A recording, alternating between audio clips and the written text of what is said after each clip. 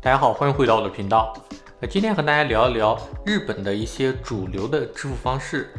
如果说大家准备去日本旅游，或者说准备移居到日本生活的话，可以作为一个参考。首先，日本的主流的支付方式大概可以分为4种。第一种就是传统的现金支付，第二种是银行卡或者信用卡支付，第三种是电子现金支付，第四种是二维码支付。那么今天的视频就向大家去分别介绍一下这4种支付方式，希望能够对大家有所帮助。首先是现金支付，生活在中国大陆的小伙伴可能现在对现金已经比较陌生了，因为国内的支付领域基本上已经被支付宝、微信这2家垄断了。我们去外面，无论是餐饮、购物还是打车、公交车，基本上都是微信、支付宝这2种方式。现金和刷卡已经基本上看不到，但是在日本社会，现金支付依然是非常普遍，也是最主流的一种方式。日本的大型商场一般都会有自助收银机，这些自助结账机也都是有可以去收现金的。我们只需要把纸币或者硬币放钱的地方，然后它就可以自动的去收掉、计算，并且去找零。有现金的话，基本上是畅通无阻的一个状态无论是在哪里购物都可以用现金有现金就可以走天下。日本现金的话也是有纸币和硬币的，硬币的话一般是500、100、50和10块这几个面值是比较常见的，另外还有1日元的这种很少去使用。纸币的话有1000、5000、10000 4种面值其中1000日元的使用频率是最高的。比如说我们在自动贩卖机上买饮料所有的硬币都是可以去接收的，纸币的话只接收1000日元5000和10000日元就属于比较大额的现金平时日常5000和10000日元的也都是比较少见的很少会使用到。一般的话我自己基本上都是1000日元的居多，包括去外面吃饭或者购物的话，一般也都是付1000日元加上硬币。在 ATM 上取款的话，我一般也都是取1000日元。比较大额的话，比如说10000日元以上的消费的话，一般都是刷信用卡或者刷借记卡会更加的方便。而日本的话，第2种常见的支付方式就是刷卡。刷卡的话，包括信用卡和借记卡这2者在使用上并没有什么区别。全球常见的卡组织比如说 Visa、Mastercard，还有就是美国运通，包括这个 GCB， 这些的话都是可以使用。这4家卡组织基本上刷卡的地方都可以接受，个别的地方的话，它也会接受银联的卡支付。即使是在便利店买一瓶100日元的水，也是可以刷卡的。但是比如说我们要去逛一些个人开的路边的小店或者路边小餐馆的话，它很有可能是不支持刷卡的，也不支持其他的电子支付，只收现金的。因为刷卡的话，商家一般要支付3%左右的刷卡手续费，这个对于个人商家来说，手续费还是比较贵的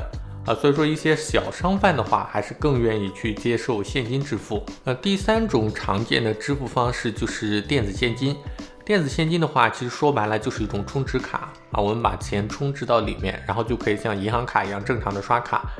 电子现金的话，区别现金最主要的就是它比较方便。使用现金的话，支付还要去拿钱包，还要去找零，速度比较慢。但是用电子现金的话，刷一下就可以过去了。另外电子现金它一般都是各大商业机构发行的，使用它来付款一般都会有积分的返现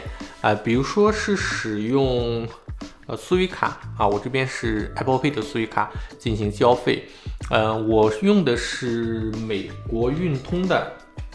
美国运通的信用卡来给苏伊卡来充值的，它是算交通类的消费，是会有3%的一个返现的用苏伊卡付款的同时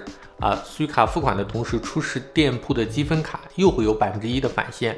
所以这样算起来的话，刷苏伊卡会有4%的返现，这个返现是非常非常的高了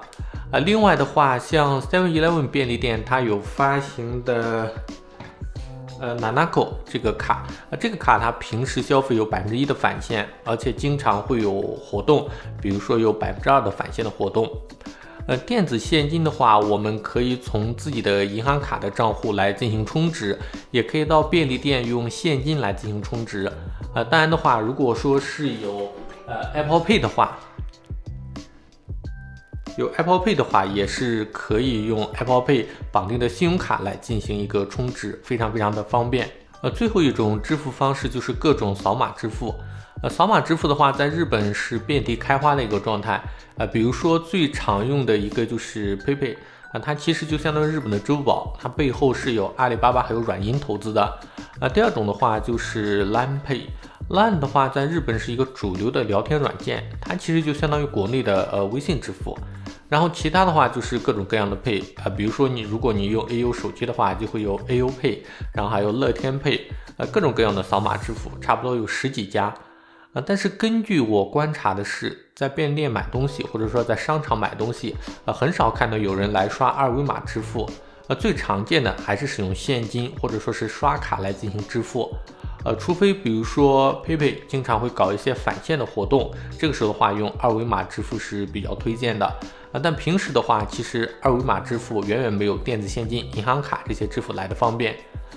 在国内的时候，我一直就觉得扫码支付其实挺蠢的。现在银行卡它大部分都支持无接触的触碰服务，只需要把卡拿出来，然后去触碰一下就可以完成支付了。二维码支付的话，我们还要去打开手机，还要去打开支付宝、微信，再点开二维码去进行支付，速度慢，稳定性低，而且万一说手机没电的话，那就寸步难行了。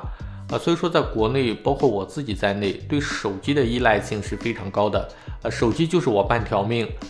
但是来了日本之后，除了必要的联系和工作，我其实是很少拿手机的。即使是出门不带手机，也完全不影响生活，整个人也没有那么焦虑了。最后还要补充一点是关于日本的积分卡。日本的话有3大积分系统，日本的积分卡的话其实就是可以直接当现金用。比如说大家普遍的话就是消费100日元积1分，1分的话可以兑换1日元，相当于1%的返现。这些都是可以实实在在的现金返还，不拿白不拿。所以说在日本钱消费掉了，至少还能有1%的回报，把钱放在银行存起来，1毛钱的回报都没有。在日本的话，结账的时候可以出示积分卡，然后就可以帮我们去进行积分，然后就可以去返现，这个还是比较推荐的。如果说大家来日本生活或者旅行的话，我个人推荐的话是现金一定要带够。如果说没有现金的话，可以带一张可以在日本取款的银行卡。现金不够的话，可以随时去 ATM 取款。有的地方它可能会不支持刷卡，所以说现金是必备的。其他地方的话，如果想要便利的话，那么SUI卡肯定是必备的。其次就是各家银行发行的信用卡，哪个信用卡的返现高就刷哪张卡就可以了。二维码支付的话，有活动的时候可以使用，它平时的便利性其实是不如银行卡和现金支付的。以上就是和大家分享的在日本的一些主流的支付方式，希望能够帮到大家。如果说大家有什么问题的话，欢迎在视频下面留言，我看到会第一时间回复大家。